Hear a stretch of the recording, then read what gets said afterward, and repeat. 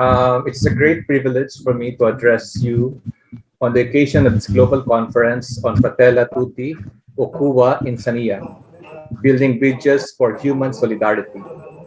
This conference is collaboratively organized by 5 institutions involved in interfaith dialogue, namely Tangaza University College of Kenya, Uma University, also of Kenya, Harmony Institute, also in Kenya, UIN Sunan Kalijaga, Yogyakarta, Indonesia, Global Ministries University in California.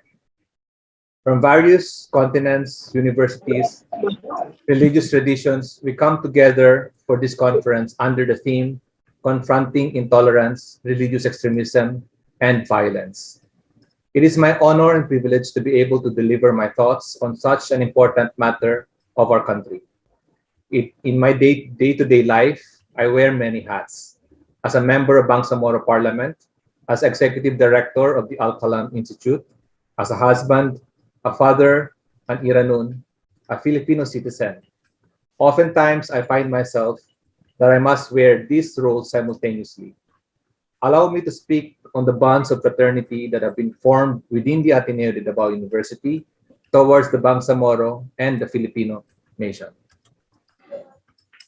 In the Al-Kalam Institute, we have the unique position of being both an academe and a community-based organization. We worked in the past 10 years helping the Bangsamoro peace process to come to its fruition.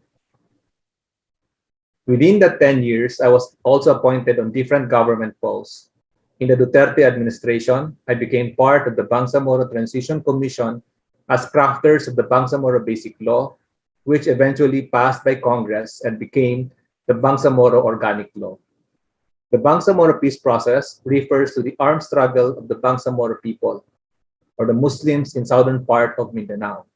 According to the International Crisis Group, and I quote, "The peace process in Bangsamoro, the majority Muslim region in southern Philippines, requires disarming some 40,000 members of the Moro Islamic Liberation Front, fighters, and ensuring both their smooth integration into civilian life and peace dividends for communities where they live." Unquote. The comprehensive agreement of the Bangsamoro was signed last 2014 by both parties, the Philippine government and the Moro Islamic Liberation Front.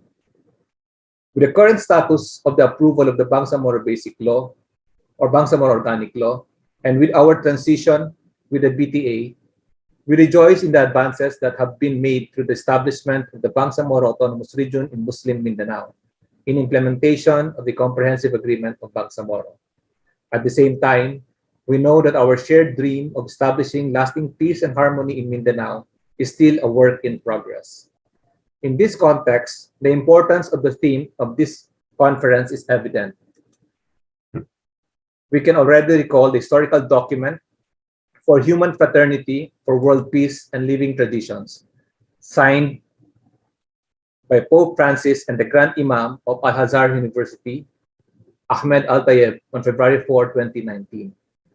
Its central message was shared declaration of the culture of dialogue as the path, mutual or collaboration as the code of conduct, and reciprocal understanding as the method and standard.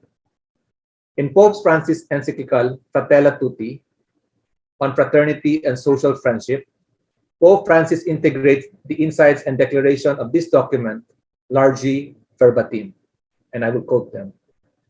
For this conference, I would like to share my personal and professional experiences, and in the process, I would like to focus on 3 points: fraternity, social friendship, dialogue, and perhaps a conversion to fraternity. On the topic of fraternity, Pope Francis wrote in the Fratella Tutti that created by a loving God, we are brother and sister to the sun, the sea, and the world, yet even closer in fraternity to those of own flesh. In this fraternity, all are connected as sisters and brothers. As human persons, all belong to one single human family. No one is excluded. All possess an inviolable human dignity. No one is accepted. This is the real fraternity as created naturally by God. It is the fraternity willed in created nature of God, even as He created man and women free. Fraternity is thus not an abstract concept of humanity, but created man making him or herself in history, each individual realizing him or herself in contributing to the realization of fraternity, that is, universal humanity.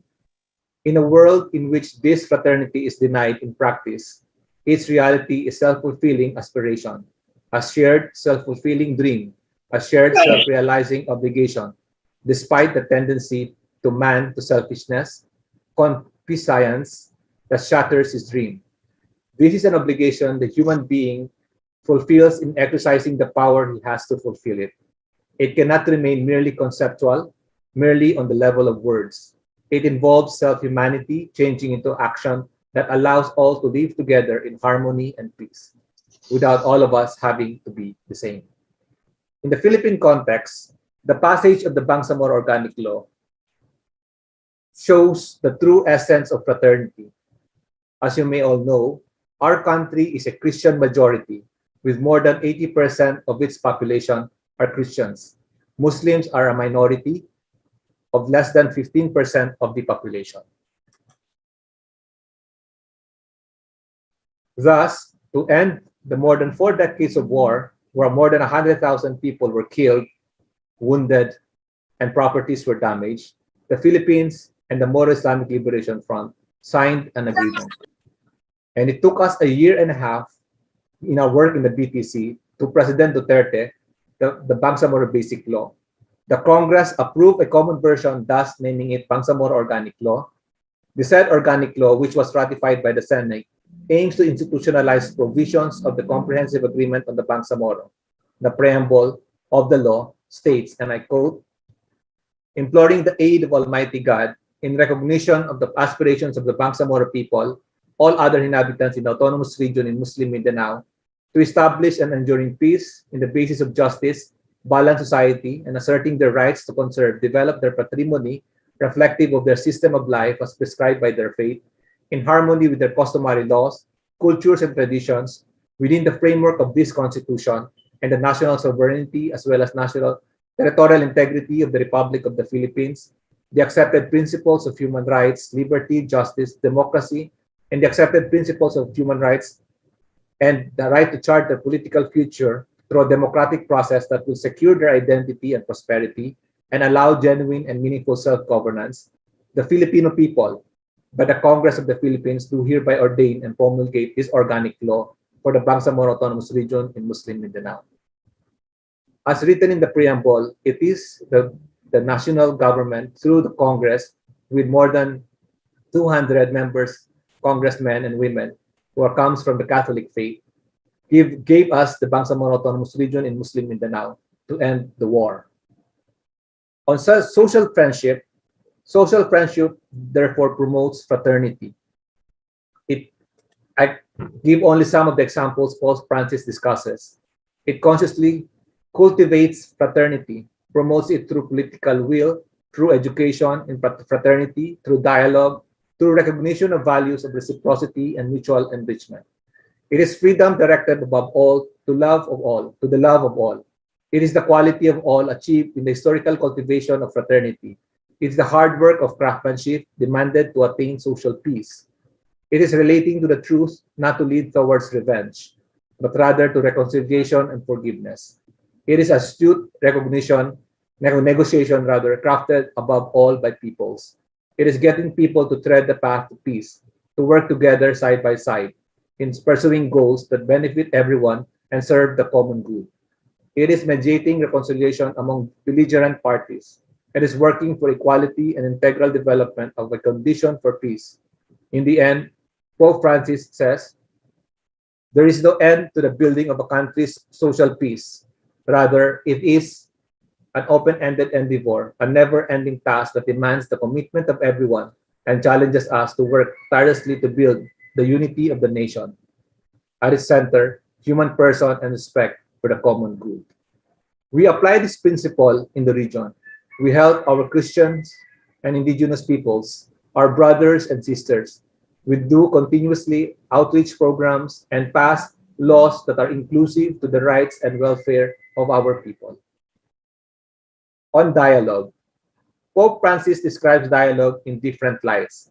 Dialogue is approaching, speaking, listening, looking at, coming to know and understand one another to find common ground. It does not make headlines, but helps the world. In a country, dialogue is that which allows it to flourish in many cultural components. Dialogue is engagement, not parallel monologues on social media.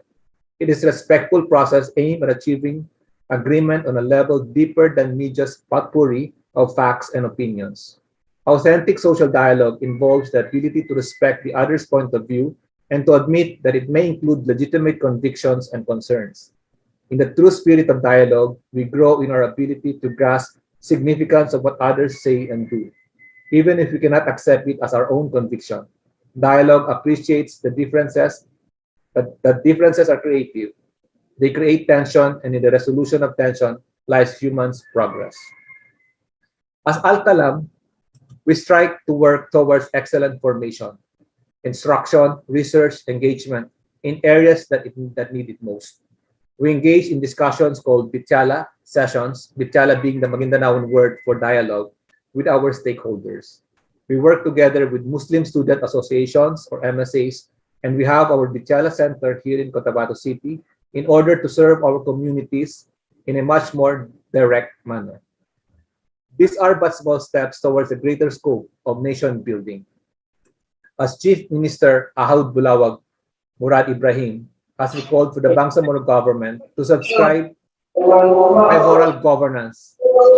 We reflect on document on human fraternity for world peace and living together as signed by Pope Francis and the Grand Imam Ahmed Al-Tayyeb as a reference for the kind of moral governance that we all envision. Dialogue, understanding, and the widespread promotion of a culture of tolerance, acceptance of others, and of living together peacefully would contribute significantly to reducing many economic, social, political, and environmental problems that weigh so heavily on a large part of humanity. And in dialogue among believers means coming together in a vast space of spiritual, human, and social values, and from here transmitting the highest moral virtues that religions aim for. It is also means avoiding unproductive discussions. It is clear that from these provisions found in the document I mentioned in my talk that we cannot sit idle. Dialogues are the first step towards coming together and finding concrete solutions to societal ills. We cannot stand and sit in our ivory towers as conflict and terror happen to our communities. As persons, we are all granted free will to be able to make our decisions. What better express of human fraternity is there than to choose to sit with others who are different from you and learning from them? In closing, because we are one in the Ateneo, we are one in Mindanao, we are one in the Bangsamoro Autonomous Region in Muslim Mindanao, any act of hate or injustice towards one is injustice towards all. This sense of social responsibility and love for our brothers and sisters is something that we hope for, foster, and not just in our youth, but in the communities outside as well. We are also called by this document to put these discussions, these dialogues into action. Let us put the words of Fratelli Tutti to heart so that many may walk together with the bonds of human brotherhood. Thank you, and wassalamualaikum warahmatullahi ta'ala wabarakatuh. Waalaikumsalam Waalaikumsalam warahmatullahi wabarakatuh. Thank you very much, Datu Mussolini. It's very fruitful presentation. So as you have shared your, thank you, Datu Mussolini, for your great presentation. So you have shared your experience with Al-Kalam about how Bangsamoro build relationship with others. As we know that Philippines mostly are Christian and Bangsamoro is Muslim. So you said that dialogue is the best practice that you do, and it's very effective. For the participant, if I can hear your voice, but now we go to the next speaker. We will have Dr. Muhammad Yunus Masruhin. So he's from my university. Actually, he's my colleague. So I will read his curriculum vitae.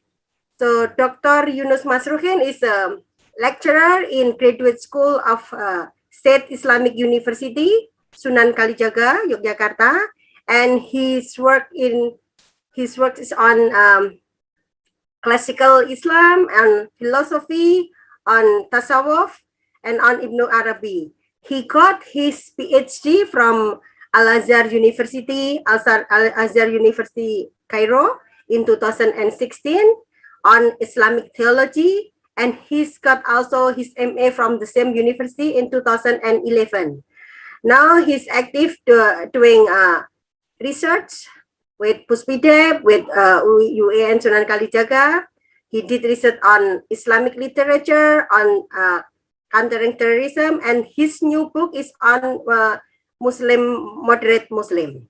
Okay, now I will give the time to Dr. Yunus Masruhin. Please, time is yours. Thank you, Mbak Nina, for the opportunity given to us. Assalamualaikum warahmatullahi wabarakatuh. Waalaikumsalam warahmatullahi wabarakatuh. Before I start my presentation, allow me to share my screen.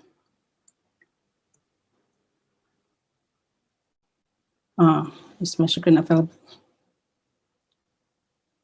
Okay. Yeah.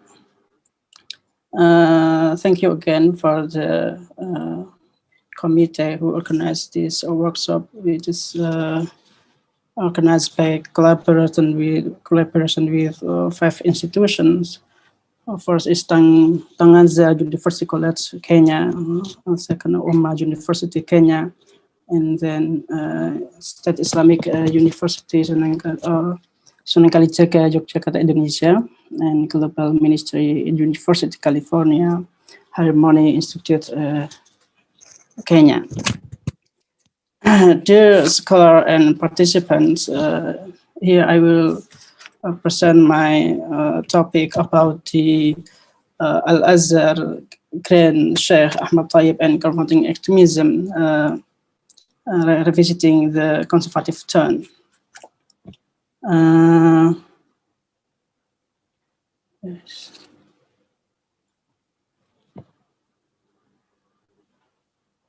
Okay. Yeah. I'll depart in this presentation from the thesis that a conservative turn which emerged after the fall of Suharto's era has been actual debate among scholars. This trend was introduced first time by Martin van Bernisen to explain the growth of Islamism and the decline of liberal Islam from the public sphere in Indonesia Islam. The trend later became popular among Muslim countries after the fall of totalitarian regimes such as Tunisia, Egypt, Libya, and many other Muslim majority countries. For that reason, it is not exaggeration to say that the emergence of Islamic draws attention from a number of Muslim scholars from various religious and ideological backgrounds. They try to encounter the Islamist narrative as an alternative for lay Muslim in the sphere in which the traditional Muslim scholars are among those who are intentionally engaged with the project. Within this context, Ahmed Tayyeb, the current Grand Sheikh of Al Azhar, represents one of the most outstanding religious Muslim secular or ulama to engage in polemic discourse with the Islamists in several occasions. Not only does he criticize, but also writes booklet, article, and book to confirm his position against Muslim Islamists. One of the most momentous events as polemical encounter from Ahmed Tayyeb is his commitment, along with Pope Francis, to promote peace and tolerance in the level of interfaith dialogue by declaration of Human Fraternity.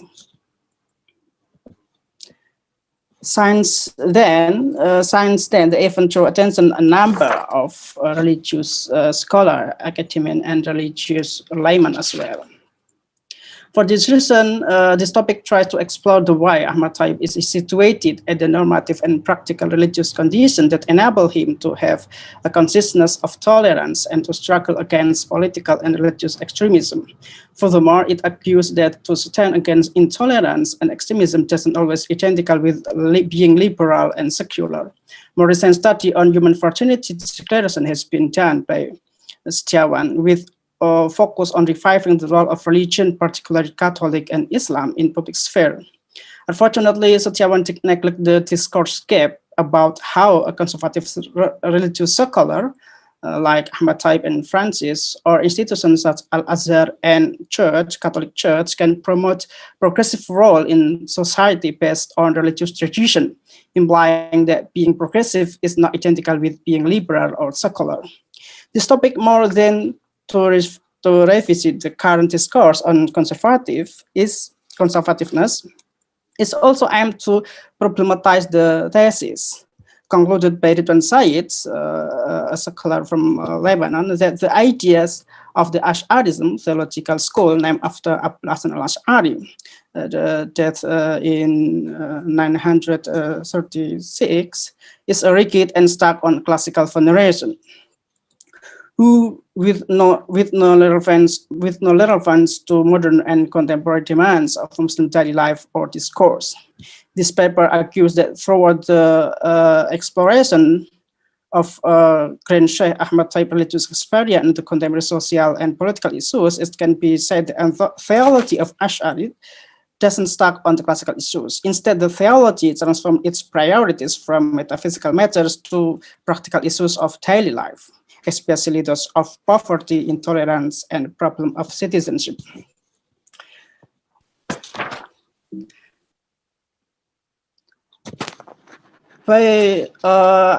As primary arguments, I will say that exploring type religious thought, and in more particular by the study of document of Human Fraternity, this paper tries to show that there is a tendency toward a theology of citizenship based on Ash'ari theology as the actualization of how the theology should be contextualized in contemporary challenges.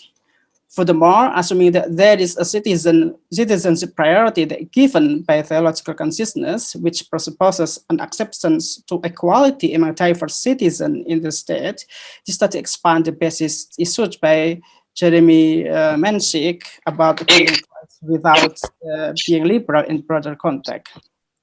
Jeremy Menschik, in his book Islam and Democracy in Indonesia, Tolerant with Liberalism, concluded that in Indonesia, particularly within social organizations such NU and Muhammadiyah, Muslims relatively accept the idea of tolerance and pluralism, but reject the liberalism and secularism. He tries to explore the idea of tolerance outside the mainstream concept, which is dominated by European experience in the frame of liberal secular dualism. So this topic tries to elaborate another perspective of being tolerant from Menschik's point of departure as the way to confront intolerance and extremism based on normative and practical piety in broader sense. So we move to Ahmed Tayyeb as a traditional or conservative scholar and a politician. He is Ahmed Tayyeb. Ahmed Tayyeb is born in a house of knowledge from a noble Sunni family in Kurna, Luxor Governorate in Upper Egypt in 16th January 1946. Tayyib was educated as encyclopedic Muslim scholar. He mastered basic religious sciences when he was still young and graduated from Al Azhar University, holding doctoral degree in 1977 on critical aspect of Abu Barakat al-Baghdadi. Later on, he studied for 6 months between 1970 and 1978 in Sorbonne University, France, but he didn't intend to finish it. After his service as Grand Mufti of Egypt between 2002 and 2003, he became a rector of the university until 2010, along with his position as the second spiritual guide in Khalwatiyah order, one of the biggest Sufi order in contemporary Egypt. However, he held a position Al Azhar rector. Before he had a position as Al Azhar rector, he was appointed to be a mufti in Egyptian House of Fatwa, Darul Ifta al-Misriyah, demonstrating his ability to be an expert on practical Islamic law from various classical Islamic law schools. Mufti is one of the prestigious religious institutions in Egypt beside the position of Grand Sheikh of Al Azhar. Ahmad Tayyeb, however, is not only a scholar, a religious scholar in every meaning of the word, but also the person who is engaged with politics. During Hosni Mubarak time, he was a member of National Democratic Party and resigned in 2010, 1 year before the fall of the regime in 2011. He claimed that was necessary for him to join the party as strategy to persuade the government attention to the people of his village that often engage with conflict. He benefited the strategy to get access to the elite government to settle the local polemic, which was very often being complicated due to the tribal tension. Ahmad Tayyeb is very critical with Islamic movement in general, and in particular with Muslim Brotherhood, as Ikhwan Muslimin movement, founded in 1928 by Hassan al-Banna, and Salafism, which was drawing attention of young Muslim young Muslim Egyptians particularly, and young Muslim general around the world, including some of Azhari students. When the latter made the campus as the field of political Islam by making military-style parade in 2010, Tayyip didn't tolerate it, vowing that the university would never be an open field for the Brotherhood. Tayyip was consistent with his criticism toward Islamic movement since he was president of Al Azhar University in such a way that after the triumph of Muslim Brotherhood in presidential election in 2011, he was accused as the remnant of Mubarak regime.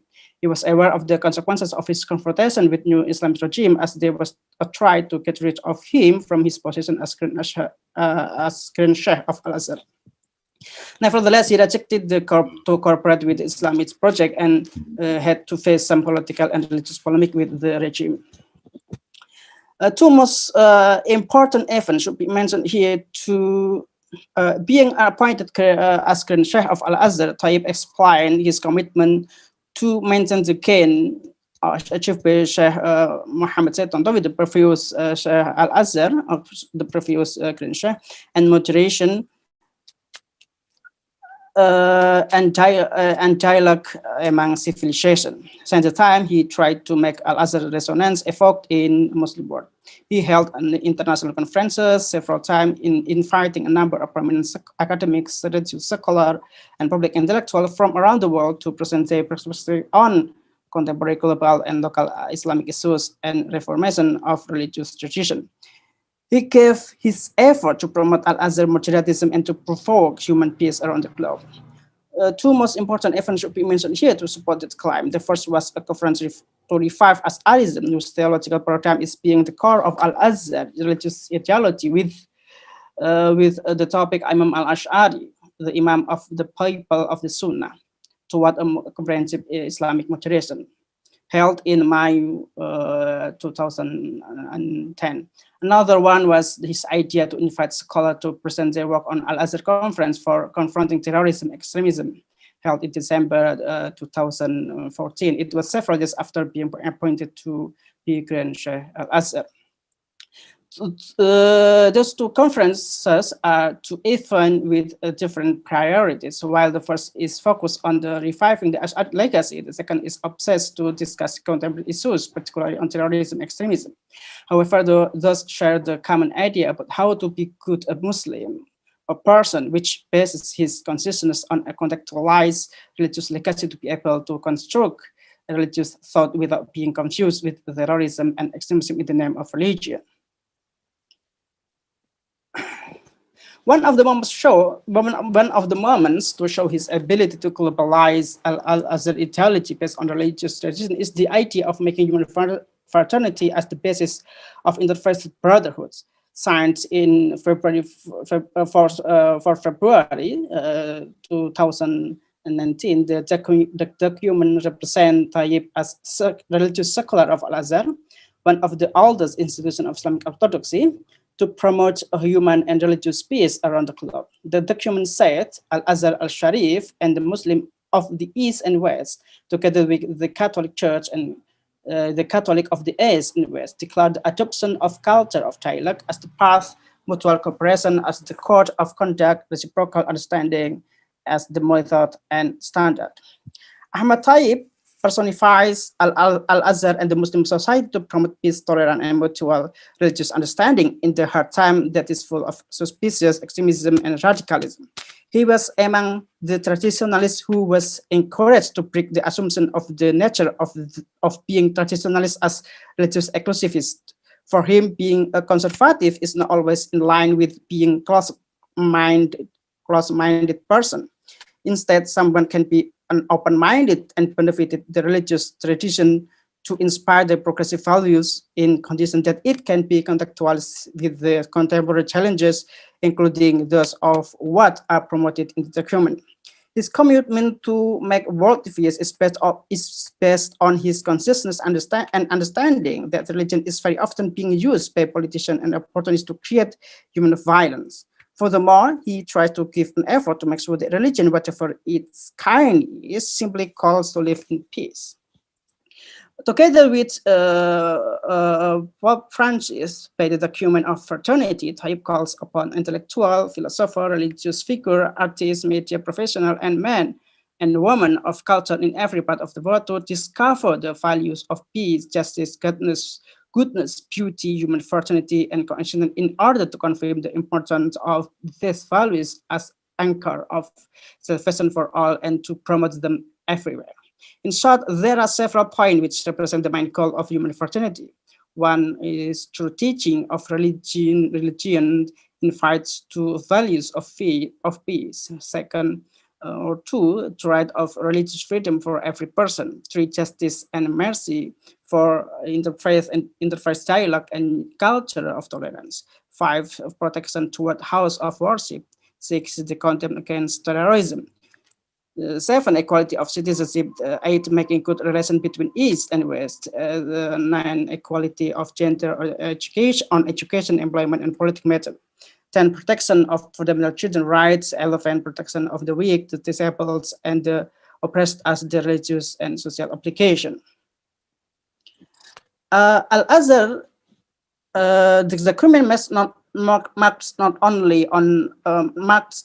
a new shift of traditional secular worldview such as Ahmad Tayyib, but also signifies the new trajectory of institutions representing the home base for the Sunni Islamic orthodoxy.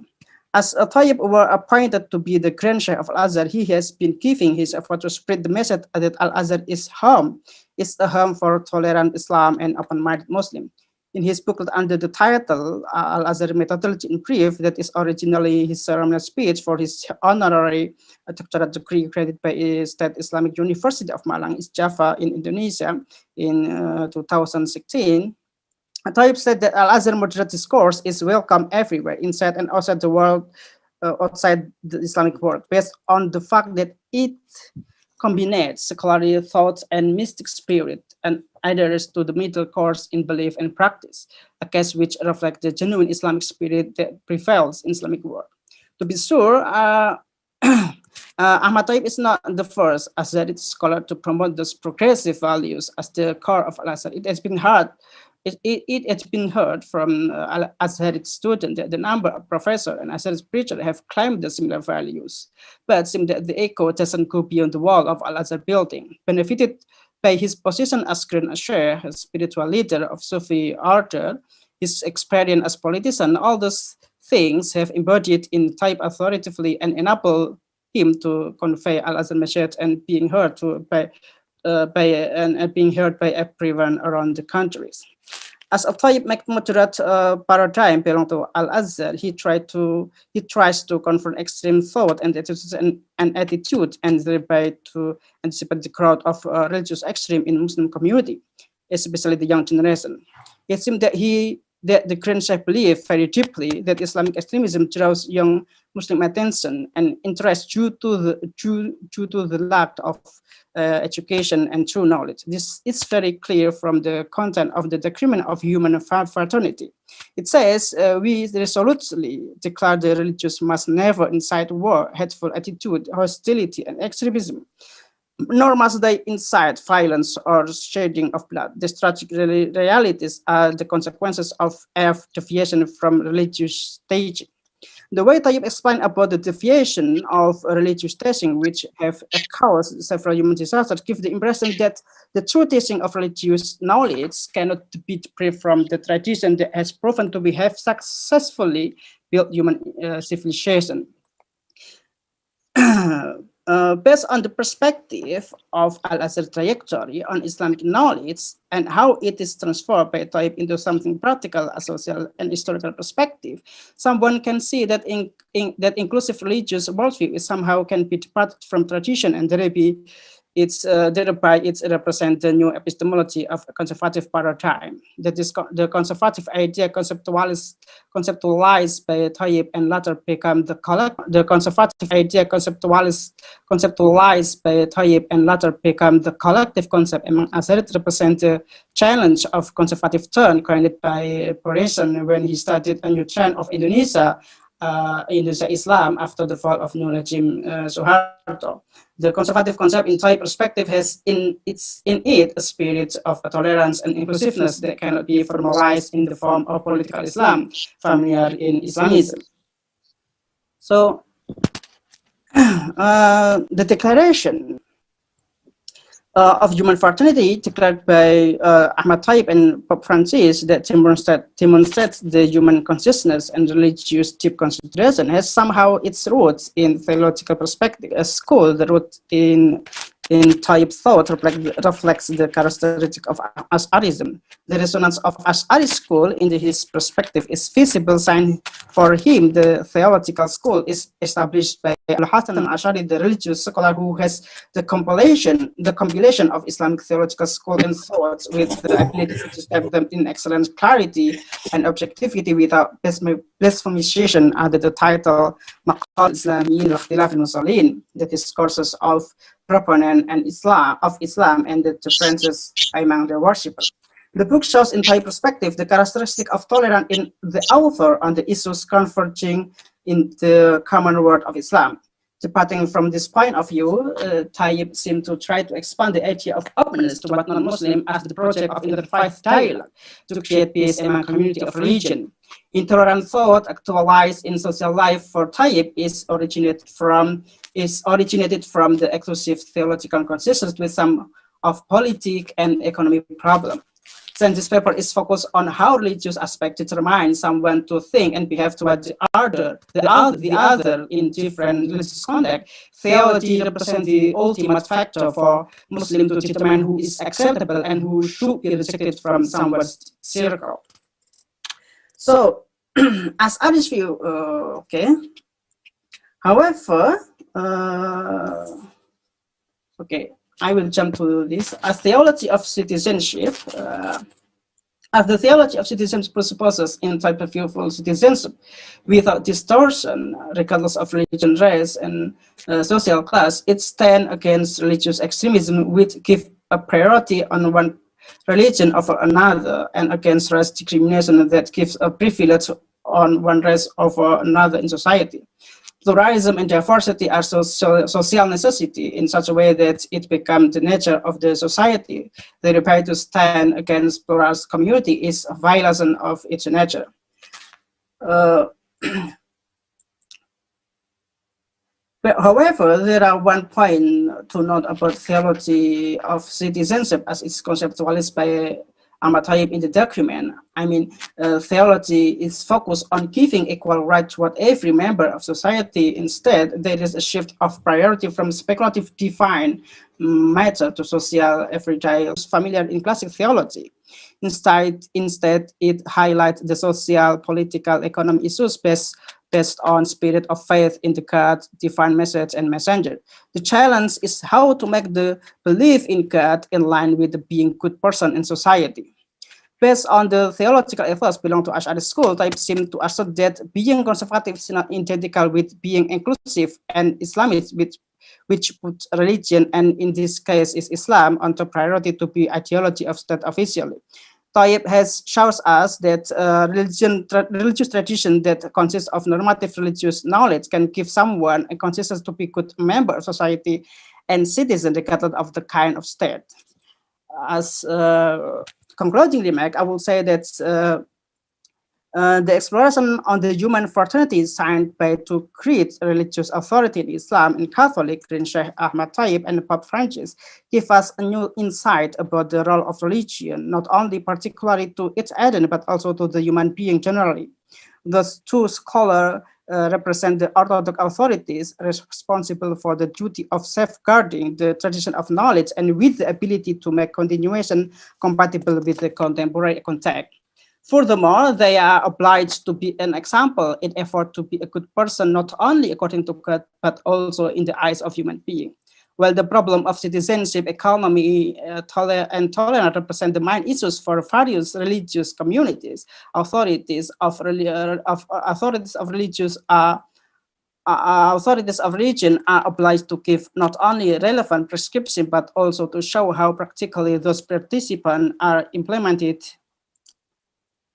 How practically those prescriptions are implemented in particular context of society. Religious experience showed by Al-Tayyeb in various contexts, such as about his commitment to problematize every effort to make religion, Islam in particular, as tool to intimidate different religious communities, to export economy asset only to those of elite societies, and to marginalize people in society based on different religious ideologies. Those efforts not only bring new insight of conservative, which has been dominated by discussion of political Islam or Islamism, but also give a chance to revisit the discourse of conservatism with more recent development, which tend to bring new trajectory on Islam discourse with more progressive ethos. I think I will stop here and thank you, Marina. Thank you very much, Dr. Yunus, for your fruitful presentation on how Ahmed Tayyeb, with his Azhari theology, to against religious extremism that nowadays is we have conservative turn in it means that Islamism is rising and then people are more radical, but he is successfully bring about the Azhari theologian to contextualize with these contemporary issues in this world. Okay, now before I forget, I remind the participant, if you have any question, you can write down in the chat room. And then later I will give two participants to raise hand and ask directly to the speakers.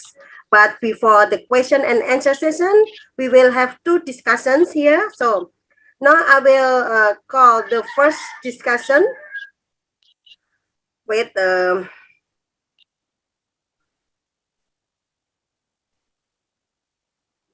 okay, our first discussion is I forget the name. Okay, we will have Sarah Anggraini Bundara. She's from Setara Institute. Is Sarah is here? Okay, if Sarah, time is yours.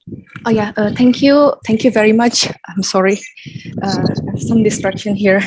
Yeah, thank you very much, Dr. Nina, and also I really like the presentation by both our speakers, Dr. Masrukin and also Mr. Lidasand. And I would like to highlight several interesting points, 4 points by both our speakers.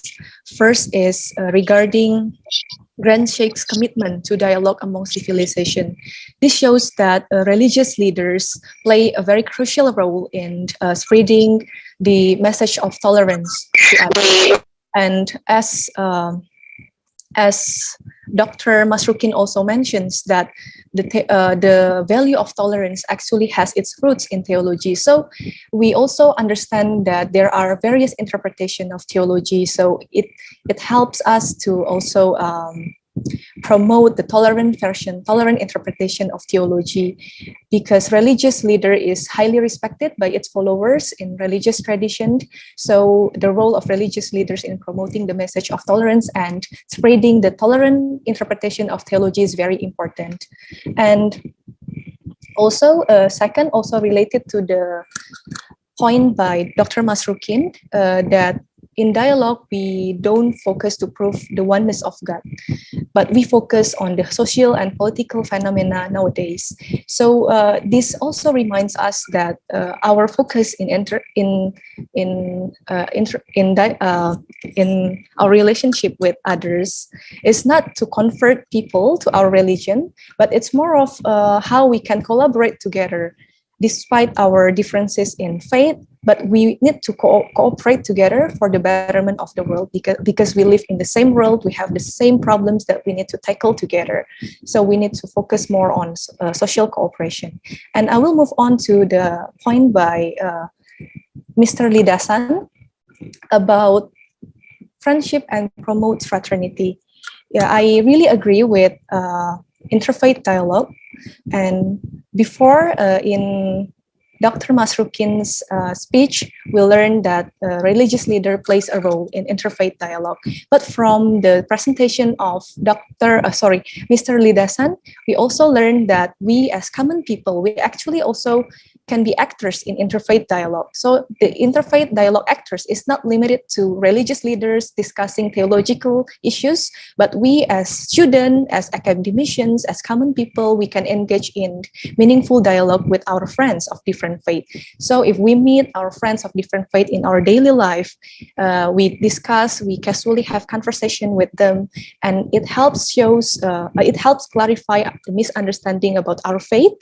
And also, especially if we do social action together, like what is also mentioned by both our speakers, for example, in the Philippines, Mr. Lidasan also mentioned a community Bitiala session that works for a social cause, for example, environment. So when we work together for a social cause, it shows that our faith also teaches good things, teaches the good messages, and then people will see it in us through our behavior, and we can also see that people of other faith also do the good things. So we can actually understand that every religion teaches the good things, and it helps clarify prejudice, and it's also become seeds for tolerance. And lastly, about be friends with others mentioned by Mr. Lidasan, I really agree with this. So Mr. Lidasan underlines the importance of talking and learning from others that is different from us. And it reminds me of a real story of a Muslim female member in the Danish parliament. She is Muslim, and when she was elected in 2007 to become a member of Danish parliament, she got many hate messages to her email and then to her home address. Her name is Özlem Sara. She is from Turkey, and then she was very uncomfortable at that time. She was threatened that her family will be killed just because she is Muslim. But when she met her friends recommend that she respond to the messages. So she took the challenge. She responded to the hate messages, and I think she called the sender of the email, and she spoke along this line. Hello, I don't know you, and you also don't know me, but you keep sending me hate messages. Can we meet and talk about this issue? And then they both agreed to meet over a cup of coffee, and Muslim Sarah mentioned this as dialogue coffee. And then they just do like casual conversation, drink coffee together, like eat some foods. And then what's interesting is they share lots of things in common, including, like, the funny thing is they share the same prejudice about strangers that they don't know. So I think it also helps me to be reflexive on myself. And although I'm advocating for peace and tolerance, but sometimes I also have prejudice that I was unaware of.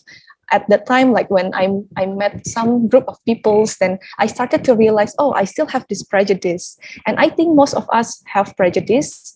It's only like we don't realize that we have the prejudice. And it doesn't mean that I say prejudice is acceptable, but what's important is how we can counter our own prejudice, how we can be more reflexive about our emotion, our thought, and we can realize that actually we still have prejudice that we have to counter. So whenever I meet like a stranger, and when I realize, oh, I still have this prejudice, okay, let me counter my own prejudice. I don't want to generalize people.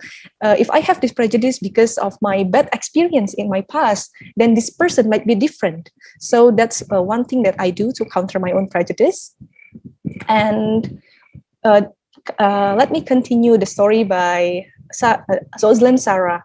Then after she had dialogue with the sender of the hate messages, they finally become a good friend. this sender of the hate messages no longer send the hate messages to her email. And Özlem Sarah has conducted more than hundreds dialogue with people who hate her. So I recommend her TED Talks. You can access the TED Talk on YouTube. The title is Why I Have coffee with people who send me hate email. And that really proves our conference themes for today, building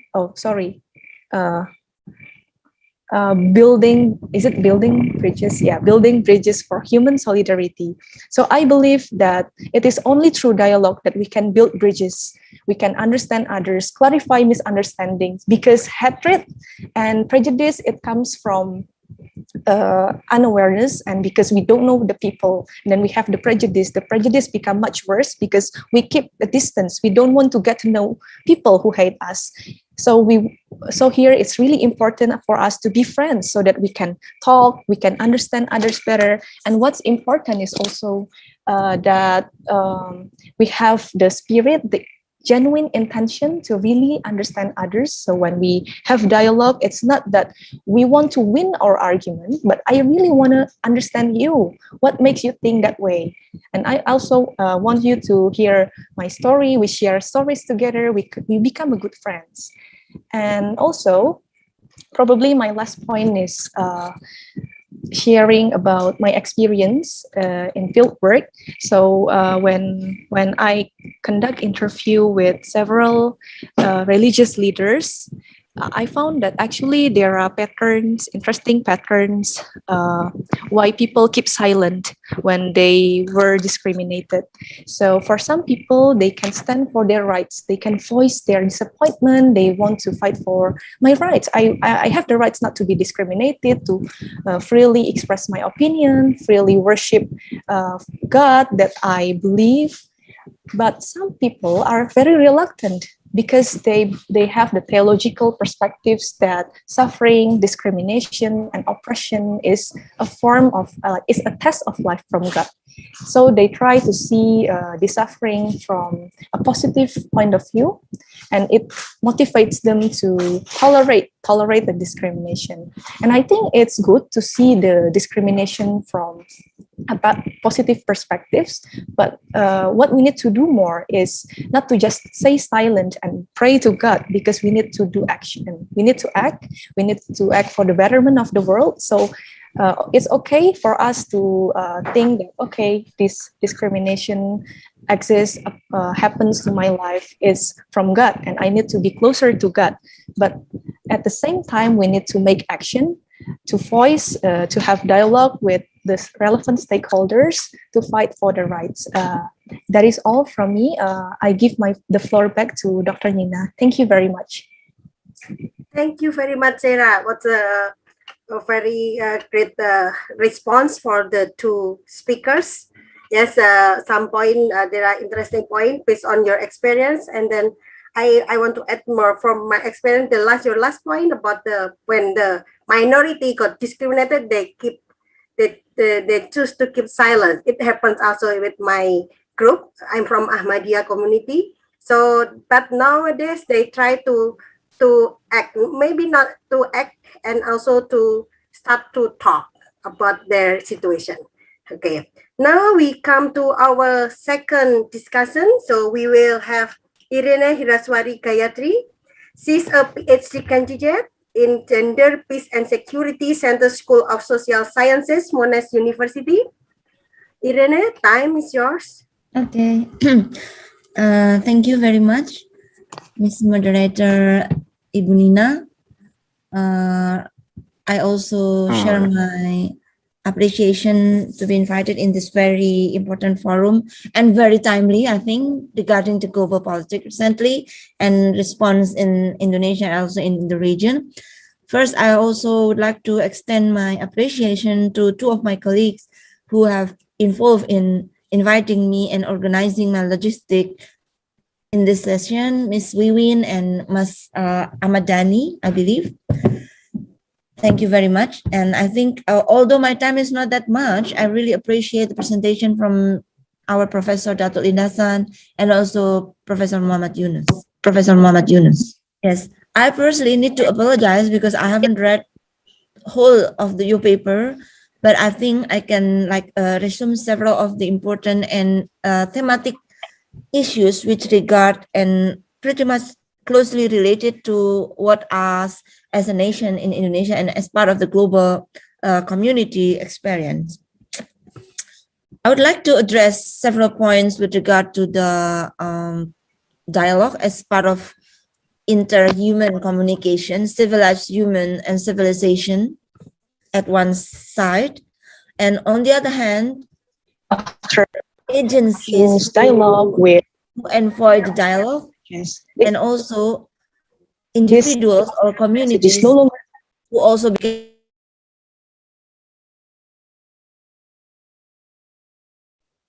Connection is unstable, I believe.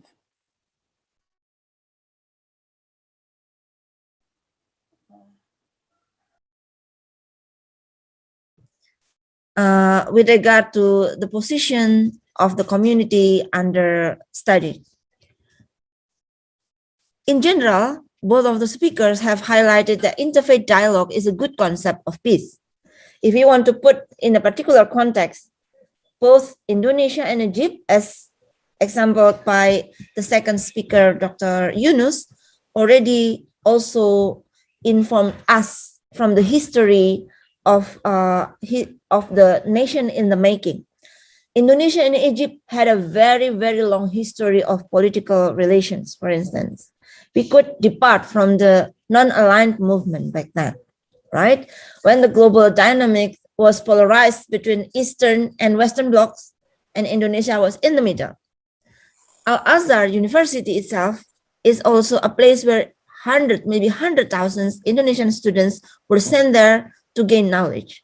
And some of them returned to Indonesia, and they also become influential persons in the university like yourself, but also other previous influential generations from one decade to another. Meaning the knowledge transformation from Egypt to Indonesia also inevitable to happen. And also Indonesia learned very much when there was a spring period in the Middle East. A political upturn where inspired several of the Indonesian state civil organization to be involved more in the democratic movement post-1998, if we remember those days, right? And also, on the other hand, the exemplar given by your study about the ulama, the leader, the political leader in Egypt, who's also part of the community in countering terrorism, at the moment is under test in Indonesia. Regarding, this is particularly related to the first speaker, which explored the conservative turn in Indonesia, a terminology which is very popular since our colleague, our professor, I send my respect to Professor Martin van Brunesen, coined this terminology in discussing what is the turn of the conservative term of in Indonesia with regard to the birth of Islamism. Important is that two speakers touched these particular issues and located within the development of the democratic society. This is particularly what I learned from both of you, because there is no way in democratic society we isolate a particular or one identity from another, because in the Indonesian translation of democracy, all groups are created, are equal according to our constitution. So I would like to look back and reflect internally to Indonesia as a state and also a nation state, but also as part of the global world. What has been contributed by the first and second speaker actually reflect what I just mentioned, because both of the speakers actually articulate the roles of different communities who bridge differences via dialogue, like mentioned also by the first discussant. Not avoiding conflict, but accommodating differences. And that is still a challenge up to today, because there is a very thin line between accommodating differences and confronting it because you feel more superior than the other. Hence, we still have like, I can say, according to the democratic terminologies, the, what's it called? Democratic residue. We in Indonesia always hear this concept. Post 1998, because our democratization process is not a fix and is not dead, because the persons who articulate pro-reform institutionalized human rights, institutionalized rights to minority groups are still under contestation. I think what happened next is that if we can have more examples, good examples like Professor Yunus' examples from Egypt, and also Dato' Lindasan's example, very, very excellent example for what happened in a community resiliency under the context of the Philippine armed conflict. I learned so much from the Philippine resiliency, the community resiliency against the armed conflict, which is sometimes still need to be cautiously approached, because there is no way academics and government want to have more collateral damage. So in a sense, Indonesia, Philippines, and Egypt, we share thread. What are those? I think if I can conclude, dialogue as part of the daily communication among actors, as described by Professor Lindasan, the role of agency, especially those with a very high level influence in the community, and not only in his community as part of insider, but also external. Because in what way an influential actor will spread peaceful message that can bridge differences and also can thread understanding among various groups, if not he or she believe in the tolerance and dialogue? I think those messages that quite articulated in by both of the speakers. I will not put more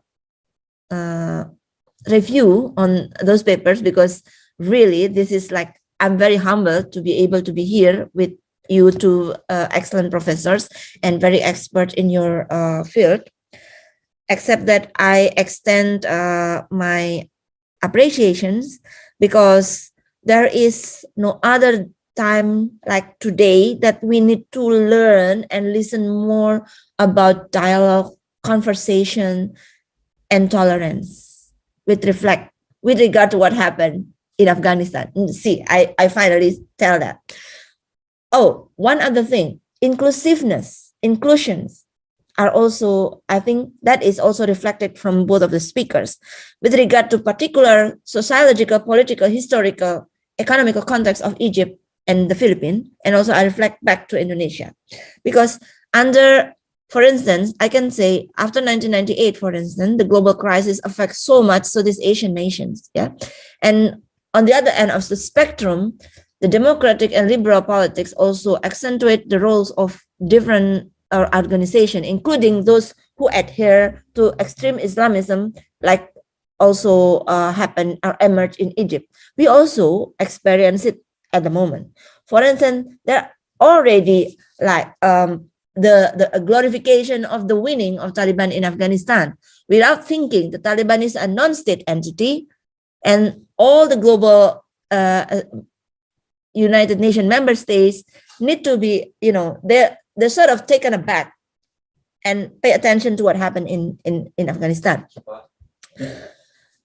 What I'm trying to say is that a particular political event in Middle East can also affect the solidarity and also the perception of this event with regard to their character in different places in the region, especially in Southeast Asia, because we are living in Southeast Asia. But what sort of threat that can, make people think twice in order not to follow extreme and abhorrent political ideologization in that sense? No other than good examples from the community, like mentioned by Datuk Lindasan, but also from the religious leaders, like what we have learned from Professor Muhammad Yunus. I think with that, I conclude my review. Apologize for this if I had misunderstood your excellent paper, but I hope not. And I hope this also can bring justice to both of the excellent speakers in this very articulate and interactive session. Thank you very much. Wassalamualaikum warahmatullahi wabarakatuh. Waalaikumsalam warahmatullahi wabarakatuh.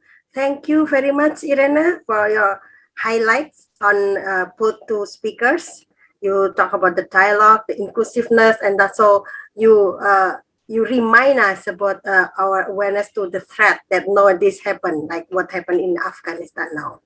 Okay, now we come to a question and answer session, and then I have got 3 questions from the chat room, and then but before that I will give the floor to two participants to directly give their question to the speakers. You can raise hand through your Zoom, and then the committee will choose 2 people to have question. Okay, while we are waiting for the question, I will share my screen to share the question from the chat room.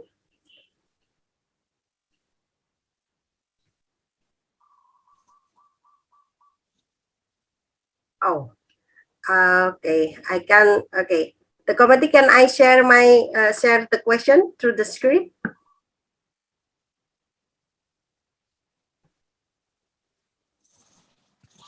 Yeah, we will be working on it. Okay, thank you.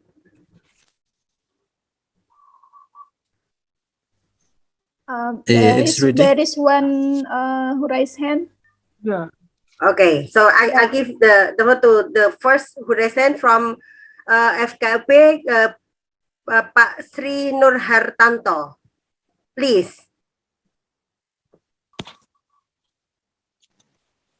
Thank you very much, moderator.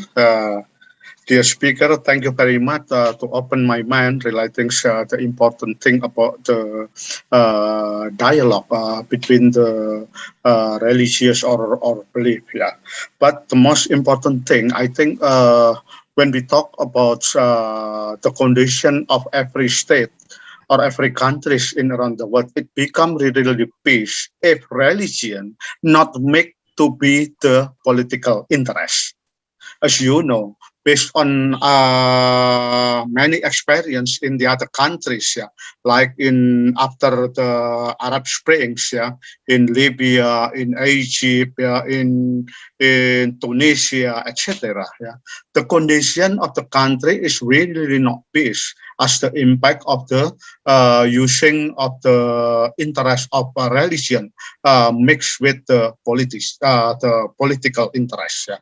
It is why, yeah, referring to the dialogue among civilized, yeah, in United Nations in 2000, United Nations or the participant in the forum or dialogue is really stressing that the most important thing, we must separate it, yeah, because if every state or every country always makes the political interest, particularly religions with the political, the condition in the state is really bad.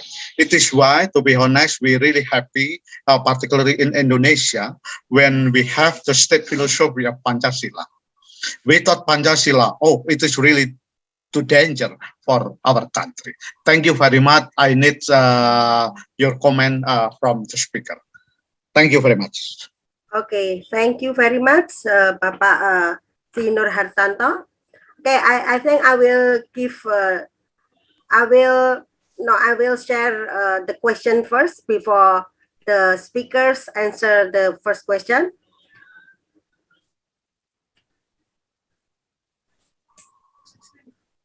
Yeah. Okay, so we have 3 questions.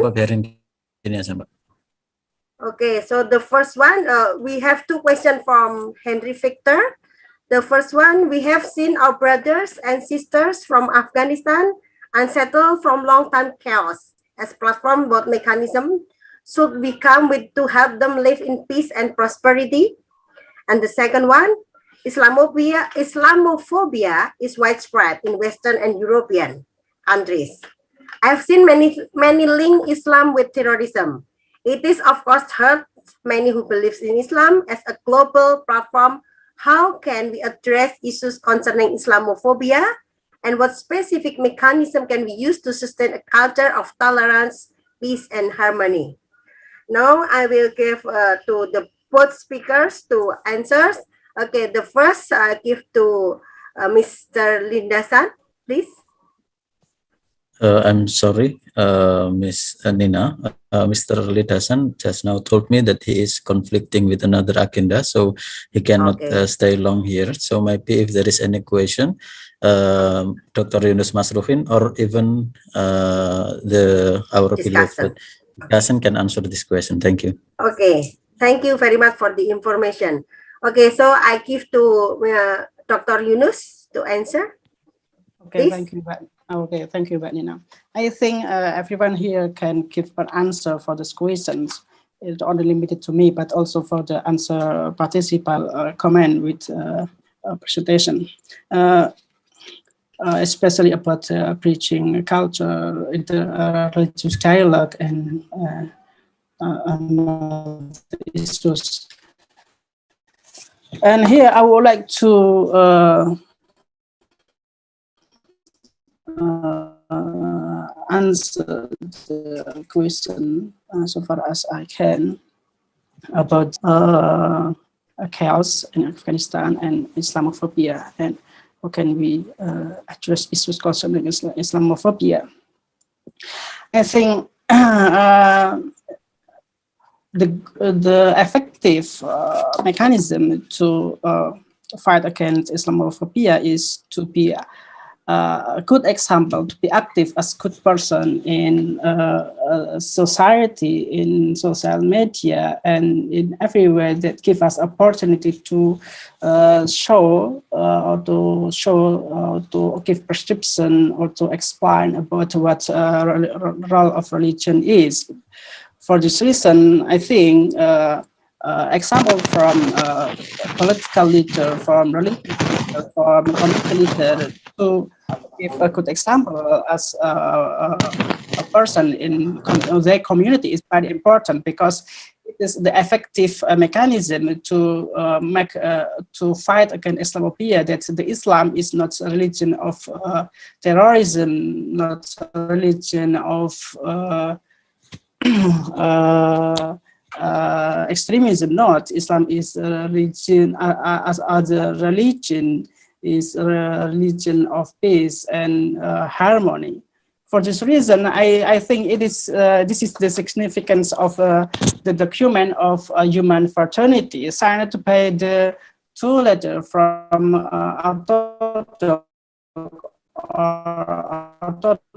or conservative authority or institution. They try to prove that religion are not a best home for extremism or for the terrorism. They choose tradition, different tradition. Syeikh Ahmed Al-Tayyeb from Islam and Pope Francis from Catholic. They try to give an example of how Islam and Catholic should be implemented and should be expressed in sphere and should be presented in society. So I think this is the simple, effective, and relevant mechanism to share or to confess the message of true religion. I think this is the point, Nina. And yes, I think this is my answer for the question. Okay, thank and you. Maybe the other discussion or participant will elaborate more. Okay. Thank you, Dr. Yunus, for your response. Okay, now I will go to I will give to one participant who raised hand. We have here Ali Poli. Yes.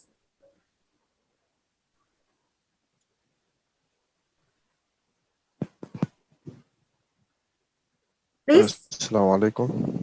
Waalaikumsalam. Dr. Okay, yes, you can. Yes, you can check. Assalamualaikum. Waalaikumsalam. Tafadhol. Waalaikumsalam warahmatullahi wabarakatuh.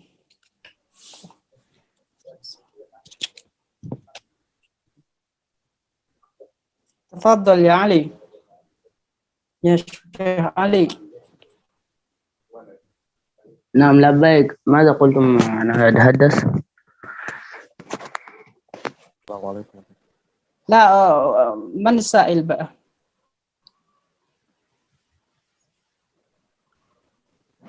ليس أنا السائل.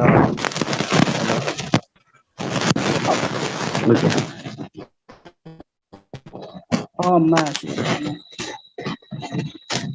أنا آسف.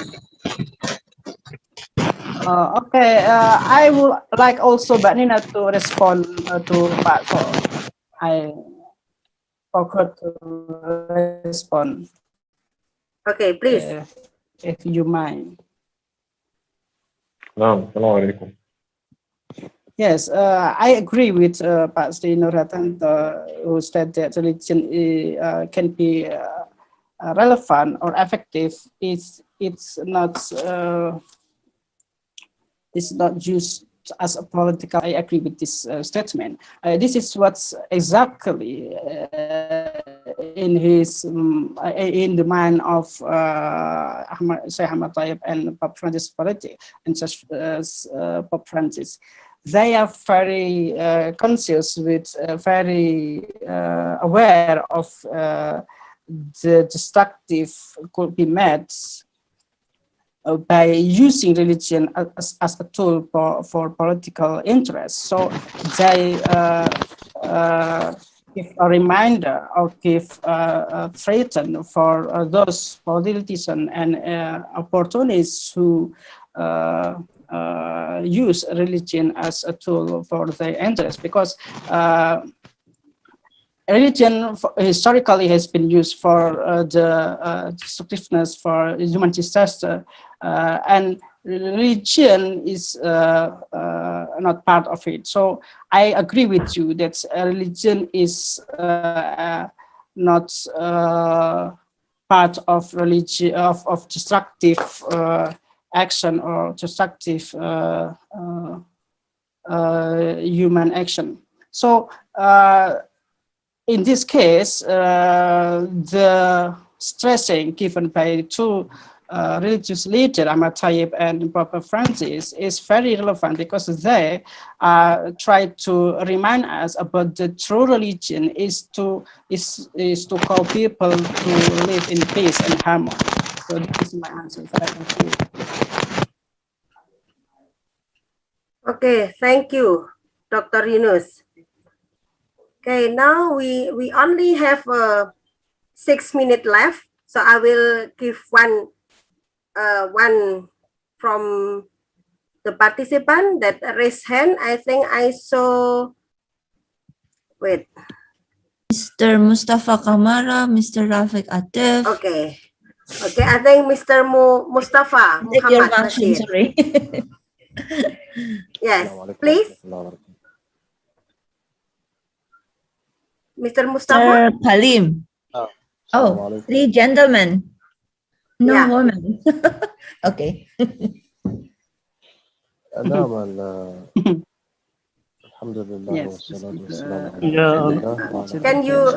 Can you raise your Assalamualaikum warahmatullahi wabarakatuh.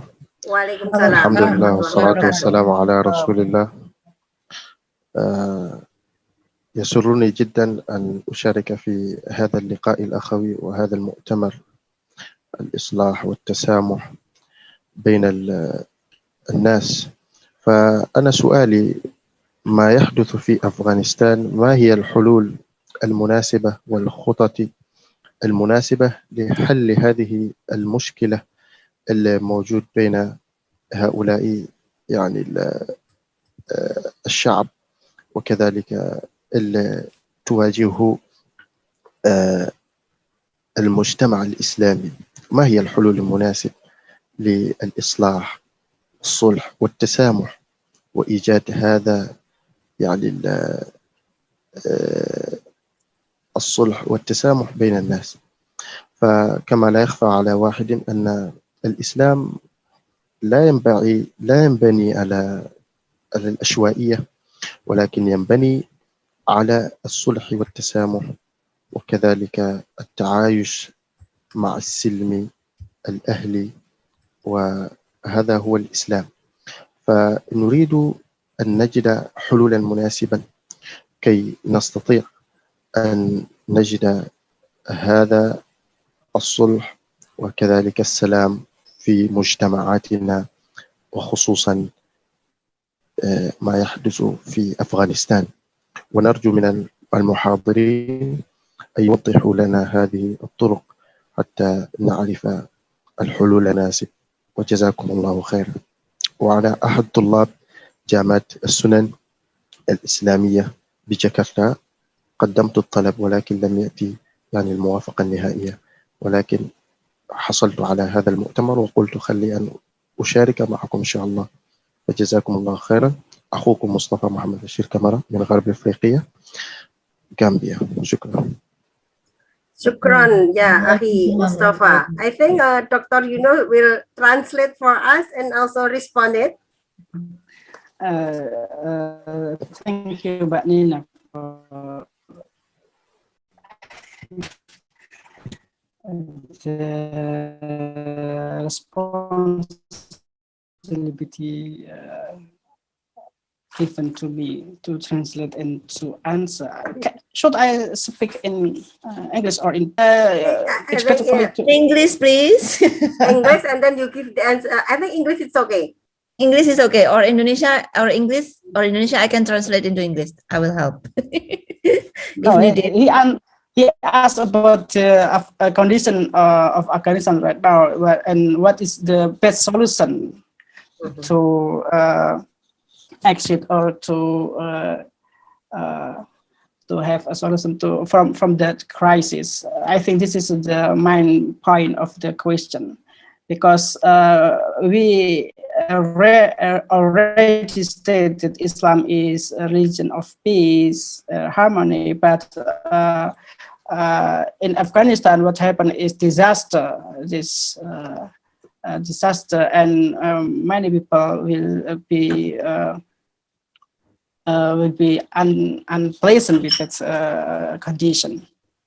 So I think this is beyond my expertise as a classical scholar, but I don't follow the development of Afghanistan either, but I will try my best. That Afghanistan, what happened in Afghanistan right now is more than religious matter. It is political matters for the first. So what we need to do is we try to negotiate every communities in Afghanistan, stakeholders, to sit together to talk about what is best for Afghanistan right now. That is my simple question.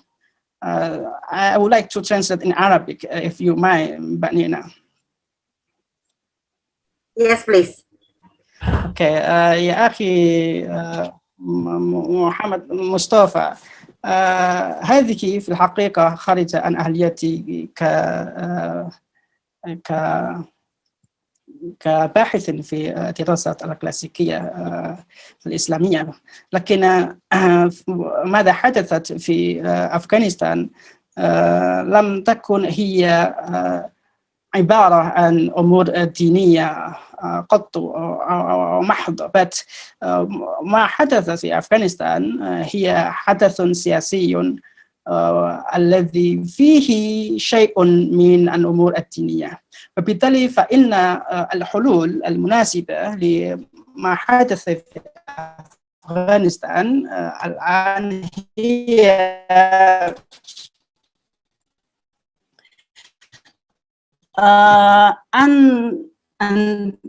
أن تتواجد كل القوات التي تكون في أفغانستان سواء كانت سياسية أو اقتصادية تتشاور وتتشاور عن الحلول المناسبة لما حدث اليوم، سواء كان تتعلق بالحكومة أو بالاجتماعية أو بما يحدث في أفغانستان. هذه في الحقيقة أمور معقدة لم يكن ساذجية كما ترى يا أخي. فبالتالي نترحب في أفغانستان لكل القوات، لكل الفئات، لكل المجتمع، لكل أن نتواجد في معهد واحد وتتشاور وتتكلم عن الحلول المناسبة لهذا اليوم. شكرا. Thank you, Manina. Thank you, Dr. Yunus. Shukran kathiran. Okay, I think it's my I apologize because our limited time. I have to close this workshop series. So I want to highlight that from both the speakers' discussion and our discussion. So can that as a part of community, both religious leaders or we as a common people, we can start to have dialogue with others, not to compare, but to understand others. Okay, thank you very much for all the speakers and then the discussion and all participants that were very active in this session. And I give time back to the Master of Ceremony. Thank you. Assalamualaikum warahmatullahi wabarakatuh. Waalaikumsalam. Thank you, everyone. Thank you. So, thank you very much, Dr. Nina. For the next agenda, we will have to see the speeches from the global opening by the VIP. So, we will see the highlights of the global opening last night. So, therefore, we will watch it. So, for the operator, would you mind to play the highlight, please?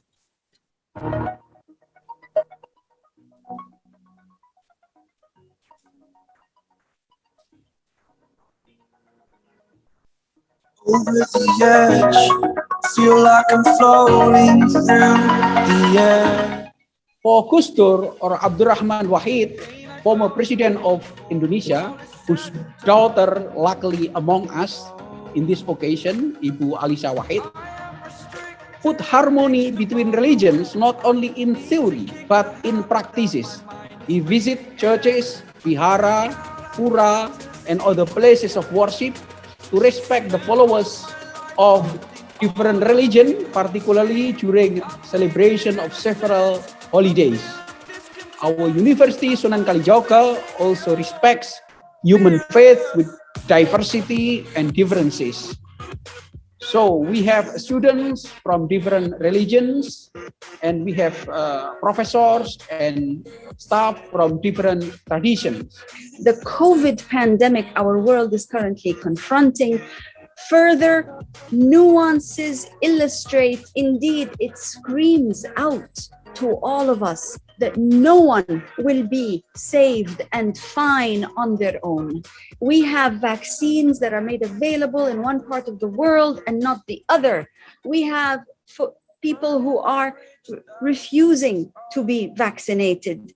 And every refusal, as entitled as each one is to their opinion, every refusal is an indictment for another person, either next door into our own homes or outside in the street as homeless or in another of the world. We are so fundamentally interdependent and interlinked that one person affected by COVID is everyone potentially affected by COVID. We will not overcome this crisis if we exist and look at our own isolation. We will, with the grace of God, overcome this crisis that affects each and every one of us, where no one is safe at the isolation of the other. We will, by the grace of God, overcome it if we together seek to continue to follow in the precepts that are very beautifully outlined in Fratelli Tutti, and indeed that are enshrined in the holy and sacred texts and values of almost every single faith known to humankind.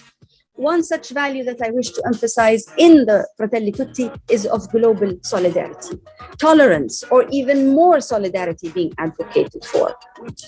Ladies and gentlemen, it would be not exaggerating if I say that Fratelli Tutti or Ukhuwah Insaniya has exactly the same meaning with Indonesian cultural traditional philosophy that has been preserved and practiced centuries ago within the historiography of cultural tradition in Nusantara, Indonesia. Take this as example, tradition on and philosophy of Pelagandong in Maluku, Orang Samua Basudara in Sulawesi Utara, and Van Ninjit in Bangka Belitung, in Sio in Jawa Timur. Jakarta.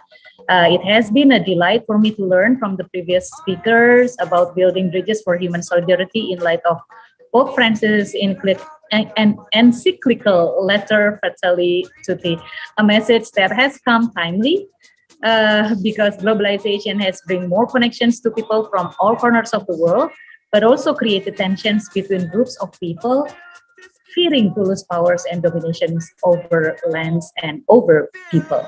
And I'm glad that Dr. Idil Farah mentioned about religious moderation, as actually I am at this very moment is leading a workshop on strengthening religious moderation for the Ministry of Religious Affairs, because religious moderation has been chosen by President Joko Widodo's government as one of Indonesian national priorities in our midterm development plans. We can learn a message of solidarity and hope. That is also the core message of Fratelli Tutti. We are creating a container of solidarity across faith communities. We are caring for the most vulnerable, regardless of social divides.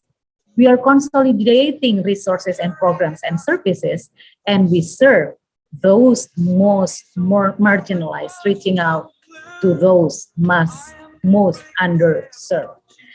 As a conclusion, we can say that true fraternity leaves no one behind.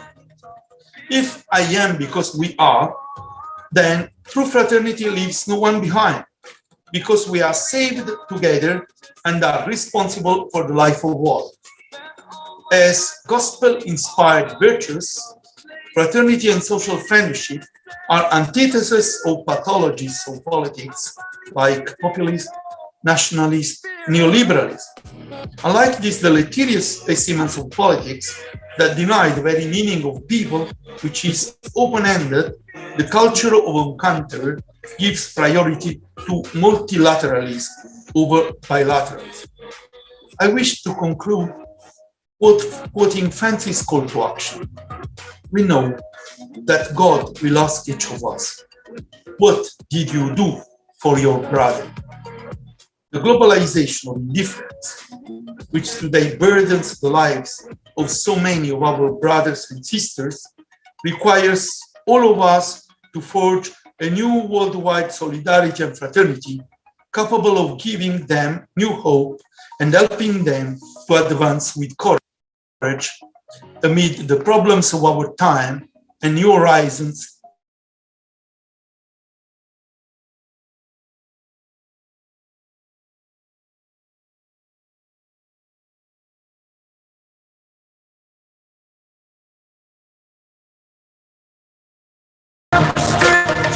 Fixed on the web, I need to kick the habit that my mind is breathing in.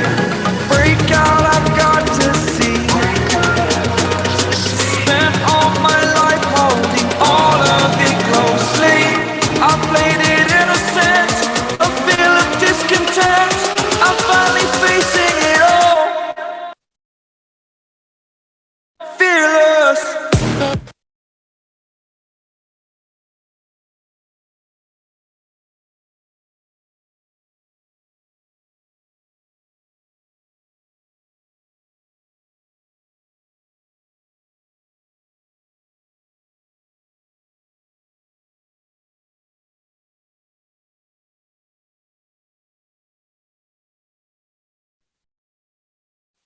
Thank you very much. And that is the highlight of the VIP's speeches last night in the global opening. Continuing to the next agenda, we will have a short 30-minute break before we continue to the next workshop or the next discussion under the theme of enhancing the role of the family in instilling tolerance and peace. Until then, may peace be upon you and have a nice break. Please rejoin us in 30 minutes because we will continue the discussion. Thank you.